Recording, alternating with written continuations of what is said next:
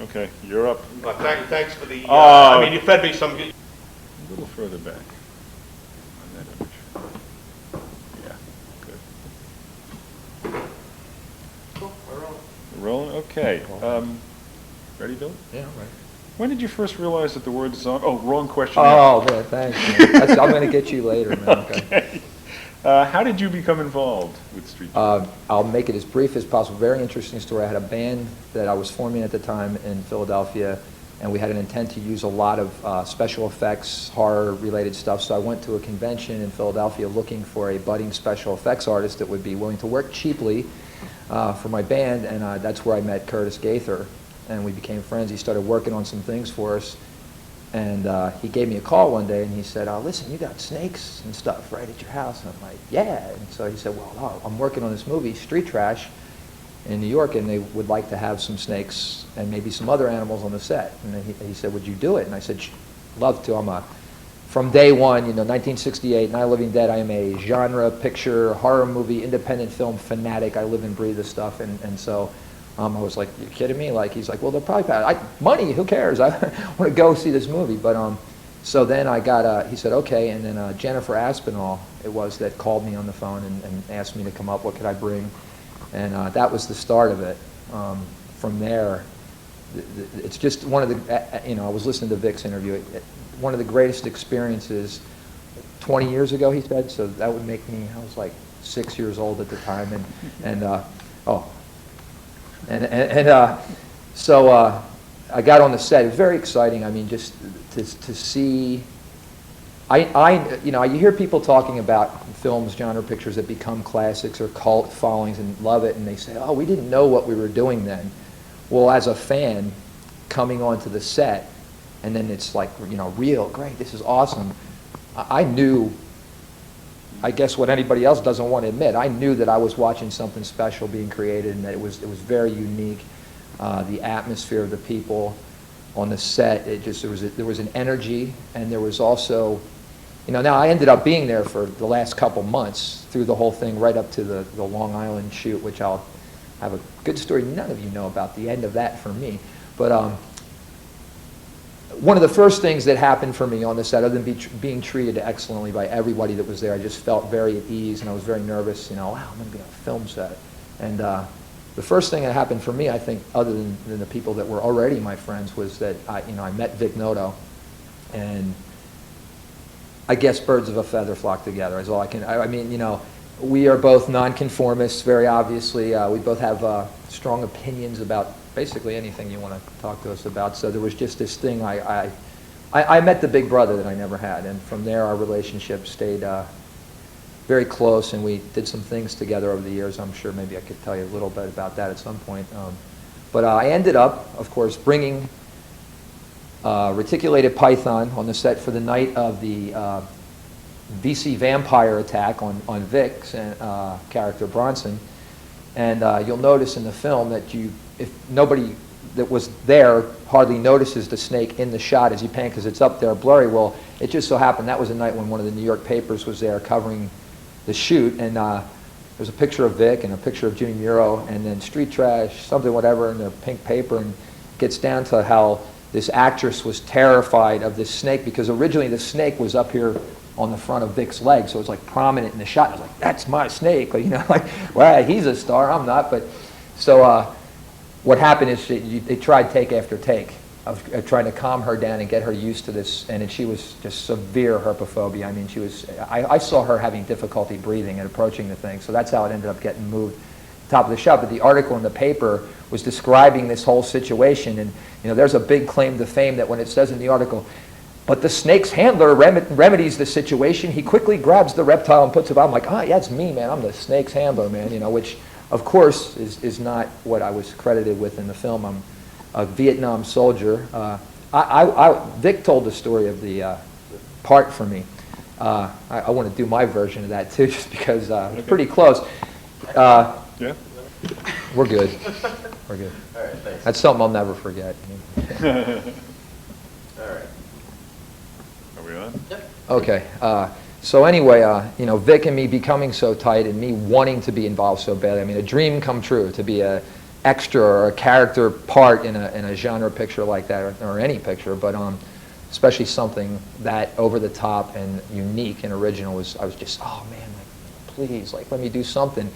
So me and Vic being so tight, I remember he went up to Jimmy and he says, hey Jimmy, man, you gotta put Billy in the movie, man, you know. And he's like, oh, you know, Vic, like, I wish you would have been here last week when we cut this scene. I remember there was a scene in the script where a street gang had doused someone with gasoline and lit them on fire or something like that. And Jimmy's like, oh man, like, he would have been perfect for that. So this is the story of my life, of course, 2 days too late and 2 inches too tall or whatever. But so he goes, we got to put Billy. He's like, I could have used him for that, you know. And he says, he goes, nah, man, we're going to put him in the Vietnam scene. And Jimmy Muro says, oh, but Vic, the long hair, he can't. He's like, fuck that, man. He's fucking Dennis Hopper. And he grabs a camera from over there, puts it around my neck, and Jimmy goes, okay, you know. So there was also, with that, I don't know if you have the footage or not, but not just the shoot on Long Island, but there was, during the flashback sequence with the vampires and everything, they had transformed the entire wrecking yard into like a jungle atmosphere, and those beds where Bronson's soldiers or henchmen are sleeping in the other parts of the film, they had transformed those with bamboo into tiger cages.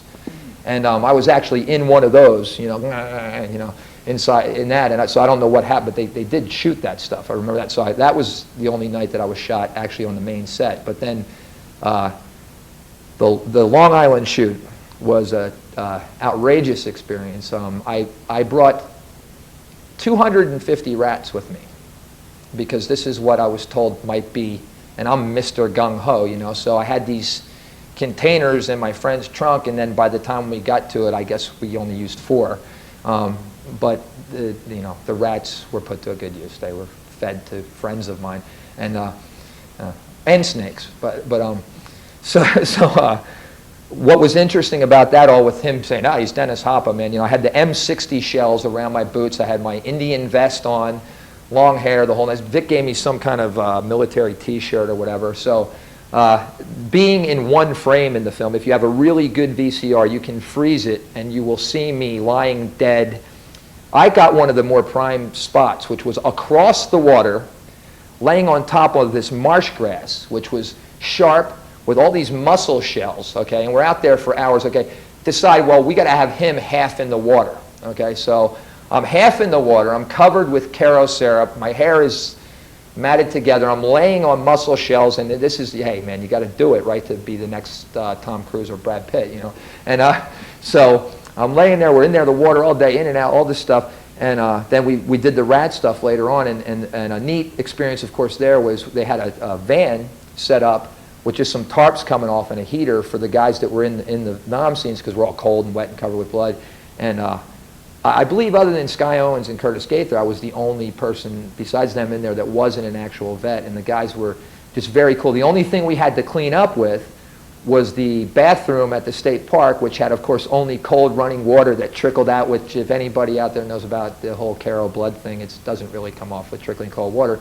The last bit of that, for me, ended after the final day of shooting there in Street Trash, when I contracted pneumonia from laying in the, you know, so if this re-release, you know, makes some money, Roy, you and me are going to talk about some, you know, compensation later on. Just shit. But yeah, pneumonia, but it was worth it. I mean, to this day, I mean, we're sitting here right now, I think that to see, there was not only the energy of the people that made me realize what it was, but it was just street trash, wrecking yard. It was one of the hottest summers in years. It was blazing, 100 degrees, 102 degrees, 98 degrees. You can't breathe, right? Everybody in the place was cruddy, filthy, dirty, tired, and I really think that the whole cast and crew started to become the street trash, literally, you know what I mean? So that was another part of it that was neat to see from there. And you could just tell the talent and the energy of the people that were assembled. I mean, all the casting of all the actors. There wasn't anybody in that movie that didn't seem like a real bum. And it's not any dig, you know what I mean? But you guys did a good job. So today, here we are, it's 20 years later, and I'm sitting here talking to Roy, and Vic's over here and everything. It just really was a life-changing experience for me. As Roy knows, I'm writing now, and I've, you know, trying to still do the thing now after a long turn through activism and my music and political issues with my native culture. So I come all the way back to this stage where I decide now this is what I want to do again, something for me. And the biggest thing about Street Trash, other than watching the careers of some of those young, talented people and turning on my TV set and seeing Jennifer Aspinall's name every week on Mad TV and the work she does there. For me, of course, shortly after Street Trash, you know, being Indian, Dances with Wolves coming out, and then seeing Jimmy Muro's name on that, and that's just a very personal thing for me. And you know, the awesome camera work that he did in Street Trash, I mean, it was no big surprise because of just the movement in the film, you know, not just the Steadicam stuff, but just, or if it was all, I don't know what camera, I'm not a tech, you know what I mean, but you know, just whatever he did at any point, the movement and the screen direction in the film really just delivers the impact of the tension and the weirdness that you don't know what's going to happen next. It just seemed, for such an outrageous scenario, to be so realistic. And so for me, it's now affected my life in a great way because other than watching those people succeed and do something good in life and applauding them and being happy for them, I think that it inspired me. I made friendships. I made my big brother, who, of course, Vic later went on to tour with my band down south with my band Ghost Dance Tribe. He came out, and believe it, I know this is hard for people that love Bronson to imagine Vic Noto playing a preacher with a white collar and a televangelist, but my band was pretty outrageous in their own right, and we were playing on a tour down south, and Vic would come up and interrupt the show, you know, as the moralist and the right-wing fanatic, you know, shutting us down. And, you know, I don't need no Run DMC or LL fucking Cool J because the Lord is disturbed. And this went on, and he'd go into a fit, and we'd have the Go-Go Girls come out, and we'd tie him up in a chair and dump fake Jack Daniels, Vic doesn't drink, of course, down his face. And then by the end of it, he was, you know, into the band, and it was totally with us, and I converted him. Well, this led all the way to Charlotte, North Carolina, where a certain club owner decided that we were devil worshippers, and as Vic said, they shit-canned my fucking program, man, so I'm going to have to become director of the fucking documentary, man. Another thing about that, I don't know if it's the Brando thing, the method thing, or where Vic gets his thing, but Bronson is not Vic. Vic is opinionated, he's outspoken, he's genuine. Some people, for some reason, are scared of that. I mean, I don't ever know of Vic Noto ever striking anyone, attacking anyone. He doesn't like guns. You know, he thinks guns are for killing. You know, so he's so personally unlike that character. But in emerging in that character as his friend and many years afterwards, I can tell you there was a residual effect because Bronson, much the same as Vic Noto has possessed me at certain points, and as you hear, man, Bronson was with him, so what I got to experience that the rest of the cast and crew of Street Trash did not was that I spent a lot of time with Bronson in other situations. I can remember coming up to a Holiday Inn counter. There's a big line there in Charlotte, North Carolina. All these genteel Southern people, you know, all dressed nice, and we're driving all night and tired, and Vic just cuts to the front of the line. He's like, look, man, do you have a $4.99 all-you-can-eat breakfast a buffet? And they're like, oh, well, y'all will have to wait back. He's like, look, man, y'all this, y'all that. I ain't got time for your Southern cracker fucking hospitality, man. You either do or you do not have a $4.99 all-you-can-eat breakfast buffet. Yes or fucking no, man. And you know, there's the whole, I'm like, yeah, Bronson, you know, like he's fucking, just don't let him pull out the human femur knife and we'll be okay. You know, so that's just, it's great. That character is not him, but that character will always be present. And that character will not only be present in him, but it will always be present in me because he terrorized me for months. So and I say, I mean that in a good way, you know. Okay, great. Cool. Bravo, bravo.